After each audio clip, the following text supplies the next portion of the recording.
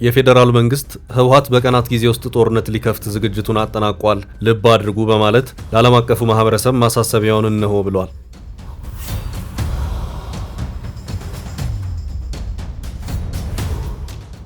በተመሳሳይ መልኩ ህወሓትም የፌደራሉ መንግስት እኔ ላይ ጥቃት የመክፈቱ አይቀሬነት ሳይታለም የተፈታ እንደሆነ ልታውቁልኝ ይገባል ሲልም ከዚህ ቀደም አንድ መግለጫን በእንግሊዘኛ ቋንቋ ያሰራጨ መሆኑ የሚታወስ ነው።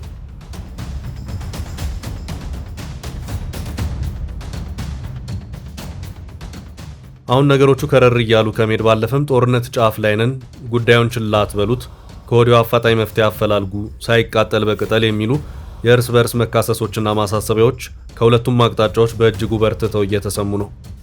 አደራዳሪዎች ነገር አብርዱ እያሉ ነው።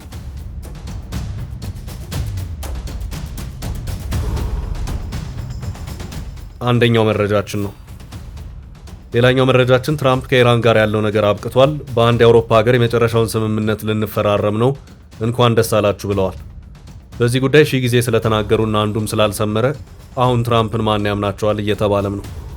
ትራምፕ ግን ቀጥለዋል።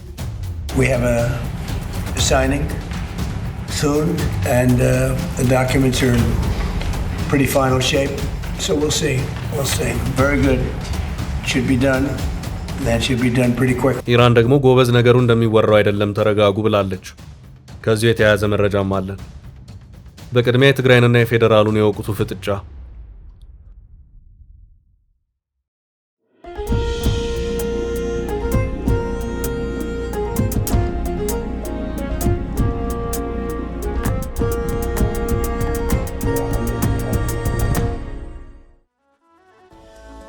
ሚኒስትሮቹ በቀናት ውስጥ በፌደራል መንግስቱ ላይ ጦርነት ሊከፈት ይችላል በማለት ለዚሁ ተግባርም ህወሓት ላይ ጠበቅ ያለ ክስን አሰምተዋል። ህወሓትም ጦርነት ሊከፈትብኝ ነው እያለ ነው። ህወሓት ቀድሞ አሳውቋል። የፌደራሉ መንግስት በሁለት ሚኒስትሮቹ በኩል አስከትሎ ልብ አድርጉልኝ ሲል አስታውቋል። ከዛሬ 3 ዓመት በፊት የተፈረመው የፕሪቶሪያው ጦርነት የማቆም ስምምነት ፈራሚዎች የነበሩት የብሔራዊ መረጃና ደህንነት አገልግሎት ዳይሬክተር ጀነራል አምባሳደር ሬድዋን ሁሴንና የጠቅላይ ሚኒስትሩ የምስራቅ አፍሪካ ጉዳዮች አማካሪ ጌታቸው ረዳ በአልጀዚራ ድረገጽ ላይ ባሰፈሩ ጽሑፍ የተነበበ ሐሳብ ነው። ይህው ጽሑፍ ኢትዮጵያ ዳግም ወደ ጦርነት ተጎትታ መግባት የለባትም ወይም ኢትዮጵያ must not be dragged back into war የሚል ርዕስ የተሰጠው ነው። ሰፋ ባለ ሀተታ የትግራይን የ2 ዓመታቱን ጦርነት ከነበረው የሰላም ጥረትና የድርድር ወጣ ውረድ ጋር በመያያዝ በሰፊው ዳሰሳ ተደርጎበታል። ከዚያም በኋላ ዋነኛ ትኩረት ሆኖ የታየው አሁን ያለውን የፖለቲካ ቅርቃር ነው። የዚህም ቅርቃር ዋና መነሻው ጽንፍ የረገጠ የፖለቲካ አቋምና አመለካከት ያላቸው የህወሓት አመራሮች መሆናቸውም ተመላክቷል። በህወሓት ውስጥ የነበሩ እንደዚሁም በክልል ውስጥ ሲሰሩ የነበሩ ሌሎች ጽንፍ የረገጠ የፖለቲካ አመለካከት የሌላቸውን አመራሮች ከትግራይ እንዲወጡ በማድረግም ህወሓት የክልሉን ስልጣን መቆጣጠሩ አሁን ላለው ውጥረት መንስኤ መሆኑም በሁለቱ ከፍተኛ የመንግስት ባለስልጣናት የአልጀዚራው ጽሑፍ ላይ ተመልክቷል። ህወሓት በአሁኑ ሰዓት እየሰራ ያለው የፕሪቶሪያ ስምምነት እንዳይፈረም ከፍተኛ ትግል ሲያደርጉና በወቅቱም አጥብቀው ሲቃወሙ ከነበሩት ኃይሎች ጋር ነው የሚለው ይሄ ጽሑፍ። በዚህም ከሀገር ውስጥ ፋኖን ከውጭ ደግሞ የኤርትራን መንግስት ጠቅሷል። ሁለቱም ኃይሎች በጊዜው የፕሪቶሪያ ስምምነት መፈረም የለበትም የሚል የጸና አቋምን ይዞ የነበረ መሆኑን በማመልከትም ፕሬዚዳንት ኢሳያስ እንደውም በግልጽ ይህ ተግባር የሲአይኤ ስራ ነው በማለት በአደባባይ መናገራቸውም በጽሑፉ ላይ ተመላክቷል። ጽሑፉ አክሎም ህወሓት በአሁኑ ሰዓት ጽምዶ በሚል ከኤርትራ መንግስት ጋር ህብረትን የፈጠረ መሆኑን አመልክቶ ይሄው ህብረትም በግልጽና በስውር በአስመራ በመቀሌና ሱዳን ሲመከርበትም ነበር ብሏል። የኤርትራ መንግስትም የህወሓት ታጣቂዎችን ወታደራዊ ስልጠና እስከ መስጠት የዘለቀ ጥምረት ነው ብሏል። ይሄው በአቶ ጌታቸው ረዳና በአምባሳደር ሬድዋን ሁሴን በአልጀዚራ ድረገጽ ላይ የሰፈረው ጽሑፍ በዚህም ህወሓት በመጪዎቹ ቀናት በፌዴራል መንግስቱ ላይ ጥቃት ለመክፈት አስበዋልም ይላል። ጽሑፉ በማጠቃለያ ሐሳቡ ህወሓት አሁንም ተመልሶ ወደ ጦርነት በመግባት አካባቢውን ቀጠናዊ ይዘት ወደሚኖረው የግጭት አዙሪት ውስጥ እንዳያስገባ የሚመለከታቸው አካላት አደብ እንዲገዛ ሊያደርጉት ይገባልም ይላል። በዳግም ጦርነት ህወሓት በወጣቶች ህይወት ቁማር እንዲጫወት መፈቀድም የለበትም የሚለው ይሄ ጽሑፍ ለዚሁ አደገኛ አካሄድም ዓለም አቀፉን ማህበረሰብ ግልጽና የማያሻማ መልእክቱን ማስተላለፍ አለበትም ብሏል። በሌላ አቅጣጫ ደግሞ ህወሓትም ከአንድ ሳምንት በፊት የፌዴራሉ መንግስት በመክሰስ ለዓለም አቀፉ ማህበረሰብ ይድረስልኝ በማለት አንድ ሰፋ ያለ መግለጫን ያስነበበበት ሁኔታ እንደነበር የሚታወስ ነው። ህወሓት ዲፕሎማቶችና አጋር ሀገራት በትግራይ በድጋሚ ሊቀሰቀስ የሚችለውን ጦርነት ለማስቆም አፋጣኝ እርምጃ ውሰዱ ሲልም ነበር ጥሪውን ያቀረበው። ቀውሱን ለመፍታት በሚያስችል ፖለቲካዊ ሂደት ውስጥ ለመሳተፍ ዝግጁ መሆኑን የገለጸው ህወሓት ዓለም አቀፍ ህብረተሰብ ሁለቱን የፕሪቶሪያ ስምምነት ተፈራራሚ ወገኖች ወደ ጠረጴዛ ለማምጣት ንቁ ሚና እንዲጫወት ለዓለም አቀፉ ህብረተሰብና ለአጋር ሀገራት በዚሁ መግለጫ የጠየቀበት ሁኔታ ታይቷል።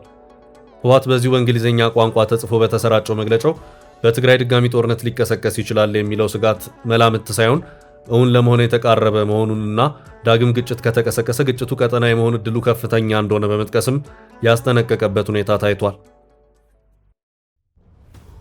ህወሓት መከላከያ ሰራዊት የትግራይን ድንበሮች መክበቡ በህዝቡ ዘንድ ከባድ ጭንቀት ፈጥሯል። በምዕራብ ትግራይ ያለው ህገወጥ አስተዳደርና በአካባቢው የሚንቀሳቀሱ የታጠቁ የፌዴራል መንግስቱ አጋሮቹ ከፍተኛ የሰብአዊ መብቶች ጥሰቶች መፈጸማቸውን ቀጥለዋል በማለትም ክሱን ያሰማበት ሁኔታም ታይቷል። በሌላ አቅጣጫ ህወሓት በክልሉ መጠነ ሰፊ የሆነ ወታደራዊ ዝግጅት እያደረገ መሆኑን እየወጡ ያሉ መረጃዎች በማመልከት ላይ ናቸው። ዝግጅቱ በጦር መሳሪያና በሰው ኃይል ምልመላ ላይ ትኩረቱን ያደረገ ሆኖም ይታያል። ህወሓት ቀደም ብሎ በተዋጊነት ከያዛቸው በመቶ ሺዎች የሚቆጠሩ ታጣቂዎች በተጨማሪ በአሁኑ ሰዓት ሌሎች ተጨማሪ ወጣቶችን በግዳጅ በማፈስ ወደ ማሰልጠኛ ጣቢያዎች እያስገባም ይገኛል። ይህንኑ የግዳጅ አፈሳንም የሚያጠናክርና እጅግ አደገኛ ነው የተባለለትንም ህግ አርቅቆ ለማጽደቅ በዝግጅት ላይ ነው።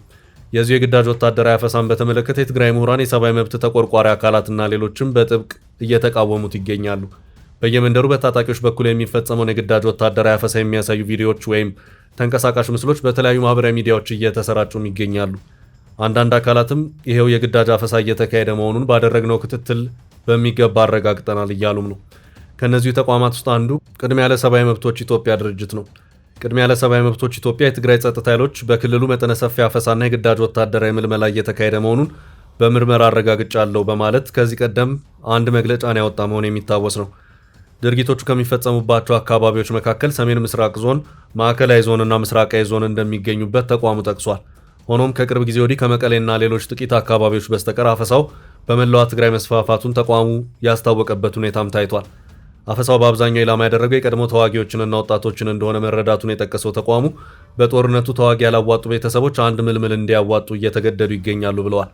ተቋሙ የትግራይ ባለስልጣናት አፈሳውን በአስቸኳይ እንዲያስቆሙ፣ በጊዜያዊ ማቆያ የያዟቸውን ግለሰቦች እንዲለቁና ጊዜያዊ መጠለያዎችን ለሰብአዊ መብት ተቋማት ክፍት እንዲያደርጉ የጠየቀ ሲሆን አፍሪካ ህብረት፣ አውሮፓ ህብረትና አሜሪካ አፈሳው እንዲቆም ግፊት እንዲፈጥሩ ጥሪ ያደረገበትም ሁኔታ እንደነበር የሚታወስ ነው። እስካሁን ባለው ሁኔታ በዚህ ጉዳይ በውጭ የሰብአዊ መብት ተሟጋቾች በኩል የተባለ ነገር የለም። የአልጀዚራው የሁለቱ የመንግስት ሚኒስትሮች ጽሑፍም ህወሓት ከኤርትራ መንግስት በቀጥታ በሚያገኘው ድጋፍ ከፍተኛ ቁጥር ያለው ተዋጊ ኃይል መመልመል፣ ማሰልጠንና ማስታጠቅ ቀጥሏልን በማለት ክሱን ያሰማል። ከጦር መሳሪያ ክምችት ጋር በተያያዘም ህወሓት ከኤርትራ መንግስት ጋር ከተፈጠረው ግንኙነት ጋር በተያያዘ በዚሁ ኮሪደር አዳዲስ የጦር መሳሪያዎችን እያስገባ ነው የሚሉ መረጃዎችም ሲወጡ ቆይተዋል። በሁለት ዓመታቱ ጦርነት ወቅት የነበሩትንና በፕሪቶሪያው ስምምነት መሰረት ይፈታል የተባላቸው ከባድ መሳሪያዎች ህወሓት እንደያዘ ነው። የህወሓት የትጥቅ ሁኔታ በምን ደረጃ ላይ እንደሚገኝ ግልጽ አይደለም።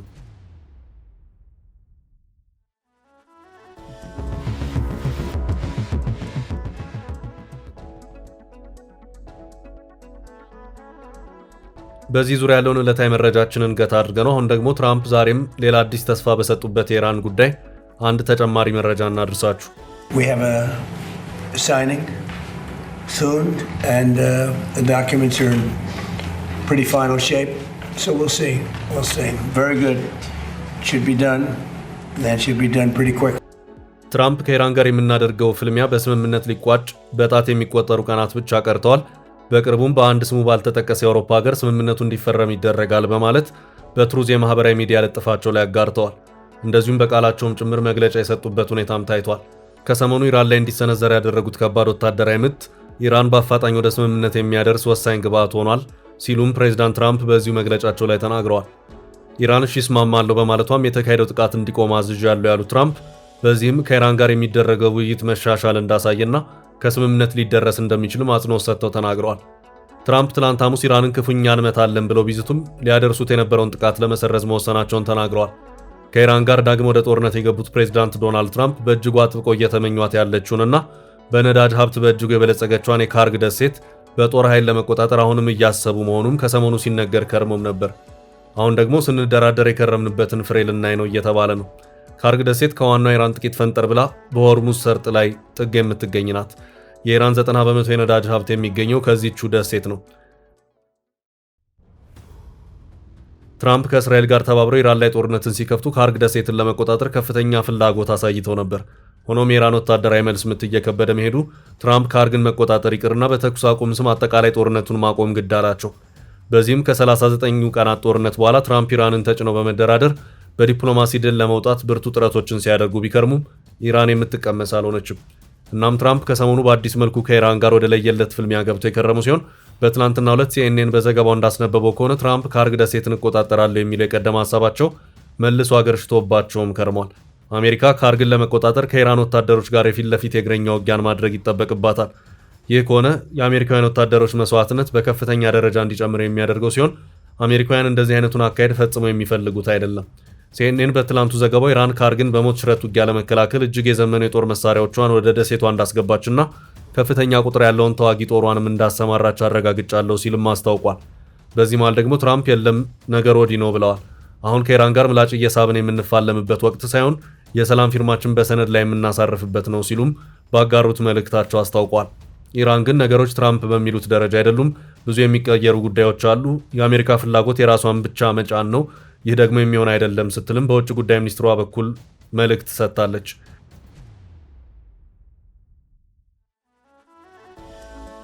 ከኢራን ጋር የሚፈረም የመግባቢያ ሰነድ የመጨረሻ ደረጃ ላይ መድረሱን ጠቅሰው በዚህ ሳምንት ስምምነቱ ሊገባደድ እንደሚችል አስረድተዋል። ስምምነቱ የሚፈረመው አውሮፓ ውስጥ እንደሚሆን ጠቁመዋል። ስምምነቱ ኢራን የኒውክሌር መሳሪያ እንዳይኖራት የሚያግድ እንዲሁም በአፋጣኝ ሆርሙዝ ወሽመጥ እንዲከፈት የሚያስገድድ እንደሚሆን ትራምፕ አስረግጠው ተናግረዋል። ትራምፕ ይህም ቢሉን የኢራን የውጭ ጉዳይ ሚኒስቴር ቃል አቀባይ ስምምነት ላይ ለመድረስ አለመቃረባቸውን አስታውቀዋል። አሜሪካ በድርድሩ ከልክ ያለፈ ጥያቄ እያቀረበች እንደሆነም ጠቅሰዋል። ኳታር ሁለቱን ሀገራት ለማሸማገል ጥረት እያደረገች እንደሆነ ተጠቁመዋል። ትራምፕ ኢራን ላይ ጥቃት እንደማይፈጸም መግለጻቸውን ተከትሎ የድፍድፍ ነዳጅ ዋጋ ቀንሷል።